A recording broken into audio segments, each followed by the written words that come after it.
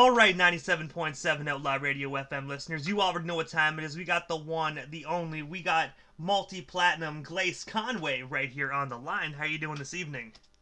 Hey, man, listen, man, that's the slogan. Thanks for having me. Hey, man, you are most certainly welcome. Thank you so much for taking the time out of your evening and coming on the station, man. I know you're a busy guy. We have each other on Facebook here for a while, so I've been seeing you've been making some big strides, man. Most definitely putting in a lot of work despite this COVID-19 situation. Indeed, you got to push forward, man, absolutely. And I still, regardless of my accolades, I want to first and foremost, humbly appreciate you guys for reaching out, et cetera, and having me on your platform. I was definitely looking forward to it, when you reached out. So thank you again for having me, because without you guys, we forget we all go hand in hand. You know what I mean? Hey, man, most definitely, man. I gotta say, you're most certainly welcome, man. But taking you way back to the beginning, man, what actually made you decide to get into the music industry? Actually, I just love music. And that's really all it was. And I felt like, I could do that too. That's really it. So I went for it. And it was about 15 when I was like, okay. But even younger, I would just walk around calling myself an MC, not really knowing what I'm saying, but watching my older cousins and stuff. And there it is. I actually had a big cousin. And he had this old school music video he called himself Pharaoh. His name's Chan. And, right there I was like, wow, I was mesmerized after I saw that. And one thing I also read about as well, on your I think it was on Last FM. You have a lot of info on Google, so it's really hard for me to pick and choose what to ask you about. But I also noticed that you assisted in the production of Iceberg's album on DMX's Bloodline Records. So I have to ask you, what made you actually decide to get into the production side of things? And of course, did you happen to run into DMX while working with Iceberg? Indeed. But I want to clear the air up. I was just blessed at that point to be around. It was my business partner who did the beat that needed to be done. I was just, a participant with helping with the creative process. And I was blessed enough to go down there and get a ticket to fly out when that happened. And, I was blessed enough to do that. So being a part of the process and, but I got to give the credit for actually I do beats, definitely, but I got to give that instance in life to a partner of mine. And I have to ask you as well, when you were actually there, assisting in that project, and you met DMX, what was he actually like to chill with? Oh man, he's cool as shit. He is definitely aggressive as fuck as he was. But even before then, I ran into him at another place, a few places, so it wasn't the first time I'd been around X, so it was more so like, oh shit, you again. You know what I mean? I like asking that as well. Oh my God, shout out to X. He's a fucking phenomenal person. Definitely. I like asking stuff like that as well, because one thing I don't like when it comes to media is media always portrays a lot of hip hop artists as such terrible people. So that's why I love having the opportunity to have people like yourselves on the station. That way we can show the listeners, like, look, he's not a bad guy, man. He's actually, I've heard phenomenal stories about DMX, how he's such a nice guy. Oh yeah, X is phenomenal. X is just X, though. It's like, at the end of the day, I think people forget that we're all just human beings. And we wake up on the wrong side of the bed, sometimes just like everybody else. And when you're a rock star, sometimes you just do drugs and shit happens, man. It's like that. They don't criticize Mick Jagger for throwing a fucking TV out a hotel window, do they? Same difference. And same with Ozzy Osbourne doing a barrel of cocaine. Probably more, but we'll leave that a barrel. Yeah, it's like, what's the difference? Rock star life. Everybody knows what it is. And sometimes, hey, you do crazy shit. Hey, man, most definitely salute to DMX, though. He's most definitely doing a lot better. Pardon me? I was going to say, I salute to DMX. He's actually doing a lot better, actually, since he did get out and whatnot, man. He's been making a lot of positive decisions. Oh, that's awesome. Shout out to X, man. Shout out, and God bless him. He's always a positive guy. And also, you did some writing on Lil Kim's double platinum record, La Bella Mafia. I have to ask you, Indeed. How did you get connected with Lil Kim? And of course, how does it feel to be a multi-platinum recording artist? Oh man, it feels awesome. awesome. It feels like a blessing, but, you know, I still strive to be better every day, you know. So I don't look at the things that I've done. I think I look at where I'm going and where I'm headed and what I'm doing now. You know, I don't know, man. I feel the same, honestly. No different. I feel like I have a little more pressure now, maybe, to live up to the things that I've done, you know. But I have to ask you, like, what was it like working with Lil Kim, and like, how did you actually land like the spot on that project? Oh man, it was awesome. It actually all ties into the whole DMX Berg thing because we were out there. At this time, Berg was about 14, 15, and we were out there laying the stems and stuff for some records for his album at that time, his debut with X. And while we were there, we had like 5 days before our plane left. So we said, "Fuck it, man, we're gonna go and we're gonna just find a situation for ourselves." You know, so we went and made every phone call we could. And you know, my buddy's sister was Shauna, that basically rapped with Ludacris and DTP and things of that nature. So we called her and got some meetings from other people. We called a few people, and then just other connections that we had, and definitely the grace of God. So make a long story short, we basically wound up running into, at that point, Gene Nelson, and which is over at Blueprint now. He messes with G-Eazy and Ty Dolla $ign and those guys, and Dre West. And they were so impressed with what we did. We had no idea who they were. They paid for our tickets to stay another day and asked us to come back the next day. We kicked the same shit. That's what they asked us to do. And then Lil Kim walked from behind the door and basically was like, "I'll give you guys whatever you want. Thank you, Biggie. I love you guys, man. What you want?" And from there, we was rocking with Lil Kim. And that's how I became part of the album, because I was signed to as an artist. By the sounds of it, she actually thought you were a gift from Biggie. Yeah, that's what she said. God, you know, it was a blessing, definitely. And when we're still on the on your writing side of things, I also noticed as well that you actually did some ghostwriting for it, Little Zane. I have to ask you, what was it like working with him? Oh, it's cool, man. Zane's like my brother, man. Zane is so cool, and you know, he just gives you the free reign, you know, be like, "Oh man, you got this idea, I like that, let me try that." So it's, you know what I mean? So it's like a brotherly vibe of feeding back and forth, and man, Zane's new stuff is awesome. So you guys be looking out for that. And also, you are signed to Freeway, Rick Ross's label called Rick Ross Music Group. I have to ask you, man, how did that record deal come to be for you, and how does it feel to be signed to somebody as amazing as Rick Ross? Man, honestly, I didn't really, when I met Rick, I didn't know who he was. I met Rick simply because I was dealing, I'm going to give you the short version of this, I was dealing with his cousin in Vegas. I didn't know it was his cousin, and he knew I was going back and forth from Vegas to California at that point. So he said, "Hey, you should meet with my cousin. He just got out the halfway house. His name's Rick Ross." I'm like, "Oh, Rick Ross." I'm thinking he's saying a rapper. No, he was talking about Freeway. So I went to lunch with him one day, and at this lunch, it was quite a few people there. Otis Smith, ABC Records, who actually found and signed Anita Baker and Shaka Khan and a few other people. He died a few years ago, God bless the dead. But outside of all of that rigmarole and stuff like that, I found out later who Rick was. But he called me. He said, "Hey, nephew." He called me the next day when I left the meeting. I'm giving you like the short version of this because I don't know how much time we have. Oh, we have as long as you like. Okay, all right. So I'll give you the slightly longer version. His name was Peso. So Peso was actually in Rick's Enterprise or whatever when they were in their height of selling drugs, and I had no idea, right? So, my child's mother is Italian, full blood, and they have a dealership down there. So he didn't work for the dealership. He had a detail shop, and they worked together. So when I was getting my truck detailed every other weekend with him, and we became friends. And that's when he was like, "Hey, his name's Peso."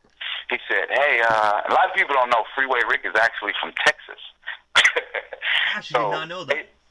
Yeah, he's from Texas. He just moved to California when he was a kid. So so it's like, yeah, go meet my cousin. So just because of the kind of guy I am, I went on ahead and met him. We were in L.A. I had no idea who these influential people were that I just got invited to a meeting through the grace of God, period. So being the person that I am, I love to leave my impression. So after our lunch, the tab came. So I don't know none of these people. I paid for everybody's tab, as a gesture of thank you, went away from the meeting, not even thinking I'd ever see these people again. And so all of a sudden, my buddy that was with me, he pulled up. He said, "Hey, man, who was that right there that you was with?" Because we were outside sitting at a table. Really nice day. I was with Carlton Wade. He was, at that time, executive over at the Source or the Double XL, one of them. It was a few influential people at the table. And you can check with all of these people, and they will agree with what I'm saying.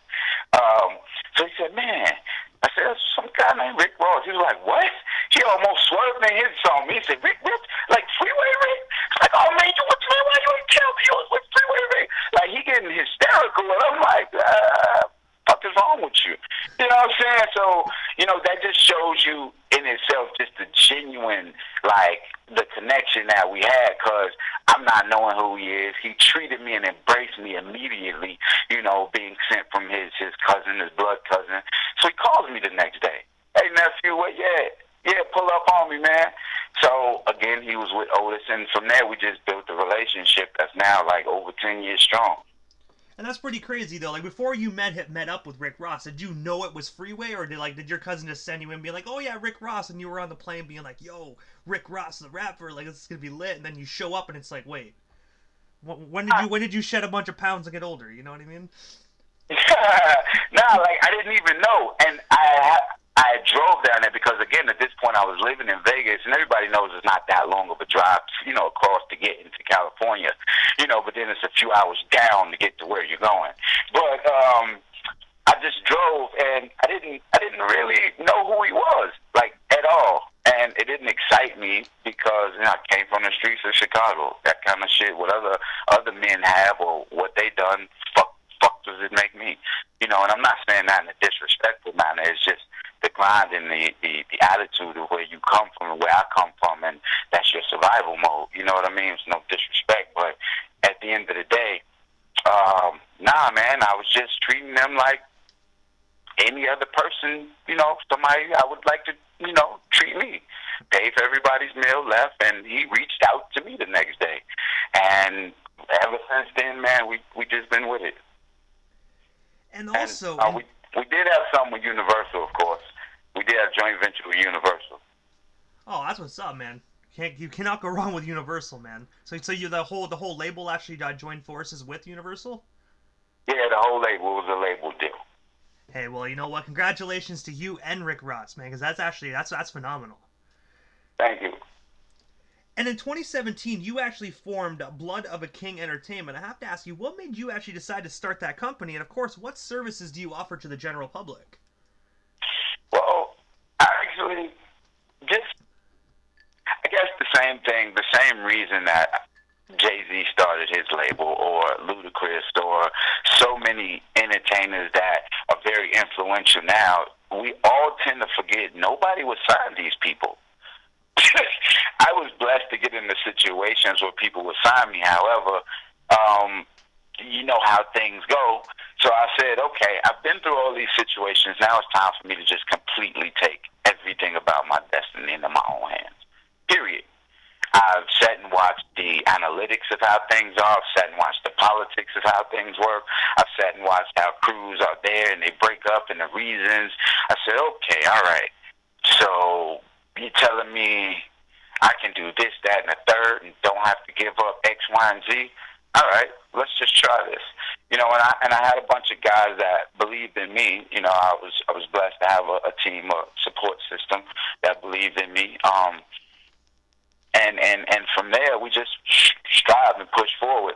Again, I had RX. RX was actually a member of Rick Ross Music Group, and around the same time that I left the label, he left the label, and he came over to my label. So. And I have to ask you, like, right now, today, who is currently signed under you right now? Oh, man, I have RX. I actually also have Jamaican Tony, dope Jamaican artist. His album is called it's self-titled Jamaican Tony. Then we got Polo the Playboy. Who is Polo? Is his album. We got Big Truck. We can't forget about Big Truck the Beast. And his album is City of Dreams. And all of these we just dropped this year, by the way. So we are pumping projects out like crazy right now. And of course we got Uncle Beat. We got a joint venture with us because he has his own thing. Uncle Beats is Life of Leland. So and my project, of course, I have a project called Lewd Behavior, and that's LOOD, and that stands for Living Out Our Dreams. And that's why we behave the way we do. And of course, that's starring and hosting Big Homie Project Pack and DJ AD at the Coalition DJ. So we got it, man. We in these streets. Got a lot going on right now. And that was actually my question list as well, Lewd Behavior Volume 1. But I have to ask you, where can our listeners actually snag themselves a copy of that record? Oh, man, everywhere. Spotify, iTunes, Amazon, Xbox, everywhere. Every single platform, digital, period. Do you have any hard copies available for people that really do still love that compact disc format? Absolutely. And if you want it, they could all inbox me at Glace Conway, and I will send them out to you absolutely free. So most definitely, guys, if you like it, make sure you snag it, get it, or regret it, and most definitely get it while it's hot. Indeed. And I love all feedback. If it's something you like more than the rest or you just don't like, holler at me about that too. Let's talk. Let's holler about it. And I also noticed as well that you actually did work with one of my favorite duos, man, the Ying twins. And I have to ask you, what was it like actually working with them? And of course, how did you guys get connected? Because as everybody knows, the Ying twins, those guys are crazy. Yeah, that was cool. Well, actually, I don't know if you remember back in the day, they had this energy drink called Crunk Energy Drink. Oh, I remember that. Okay, so it was a guy in Atlanta that ran around. His name was DJ Scorpio, and he actually was with another guy that named Four Eyes, one of Luda's buddies. And I was always around them, man. They were great guys to me. So they were putting together a project. I'm sorry, I forgot what it's called right now, but I'm sure you can look it up and see it. DJ Scorpio, and it was some kind of compilation. They had a lot of artists on there, and they really put that together. It was because of them, so it was for that compilation. Hey man, you can never go wrong with the Ying twins, man. I remember back in the day, the work they did with Little John. They used to get the club just torn right up, man, back in the day. Absolutely. And also, as well, as you mentioned, you have Uncle Beats signed under you, and you guys actually did the track called "I Chase Money" that actually has been in the station's rotation for quite a few months now. But I have to ask you, how did yourself and Uncle Beats meet? What's the story behind that? Oh wow, we had a mutual friend when we were younger, and the mutual friend would always tell us about each other, and we're so stubborn. We just would never meet. We would absolutely never meet. And then one day, we went on ahead and I think we were both just at his house, and he was like, "Yeah, you hoe ass niggas," because that's the way he talked. He'd get drunk off Hennessy, and he'd sit there and go, "Yeah, you hoe ass niggas, finally y'all get to meet." So we sat there, and we started laughing, and from there, we actually found out that we had a few things more in common than we thought. Some of the same goals, some of the same visions, and so we just took off from there, and we formed a really, really good friendship, and that's been years now, like almost 20 years. I know him since I was a kid. And I got to say as well, man, I got to give a shout out to Uncle Beats as well, because I remember, I think it was earlier this year, man, we actually had him on the radio station as well, and then he provided us with Crunchy Black. So shout out to Uncle Beats, man, a phenomenal individual. Yeah, also, because he maneuvers around, and him and Crunchy have the hard hitting money gang. So he manages Crunchy, and he does road management with Project Pat. So it's outside of being an artist, he does management. He does so many other things. I mean, we're all kind of like our own self-contained unit, because Beats can get on the phone and have 15 venues ready to give us tour dates instantly, and Crunchy get on the phone and get us sponsors, and I can't forget Crunchy's artists too, Mr. Involved, HHMG, Randy G. Y'all look out for his music too. Really, really dope. And I gotta say as well, I want to say shout out to Uncle Beats one last time, man, and just say congratulations on him beating COVID-19's ass, man. That's a huge accomplishment. Yeah, you know what I'm saying? Shout out to him. Oh, yeah. You really tapped in with Uncle Beats, yeah. Hey, man, most definitely. I look at it like this. It's like everyone says. I have him on Facebook. Sometimes I can't comment and post on everyone's statuses, but I do notice stuff and I do read. So just shout out to him. I know he's probably listening, so. No, I was just laughing at you saying, and I do read. You know what I mean? It sounds bad. You know, it sounds really bad. A lot of people that are on Facebook, they don't really read any posts unless it's a meme, unfortunately. They just look at the pictures, right? You know, it's almost like 2020 is one giant pop-up book. If it doesn't have a picture pop up, it's like, I don't want it. Yeah, man. And, but outside of that, I can't forget to talk about Bookie Billions. You know, he's a dope part of my business team. And White Boy James, Bookie Billions came from the DTP team over there with Shaka and Ludadum, you know, helping from the ground up. So it's a blessing to have him over here with us. And we also got White Boy James. White Boy James is responsible and the owner of Legit Ballin' Records. And when you guys start hearing from Twister, when he was Tongue Twister and up until, and also all the Legit Ballin' and things of that nature, and so many other acts and movies and things he's tied to. So, you know, I'm really blessed to be surrounded by all-stars. Honestly, I think they just really, they make me look great, man. Seriously. I can't do any of this all by myself. God first and just great people around me that I'm so humbly blessed to have. And I have to ask you, Glace, what's next for you? Is there anything I happen to miss during this interview? Anything else you still want to promote? We still have you here live on the radio station? The movie Checker Bag. We're doing a movie called Checker Bag. We're just waiting on COVID to clear up a little bit.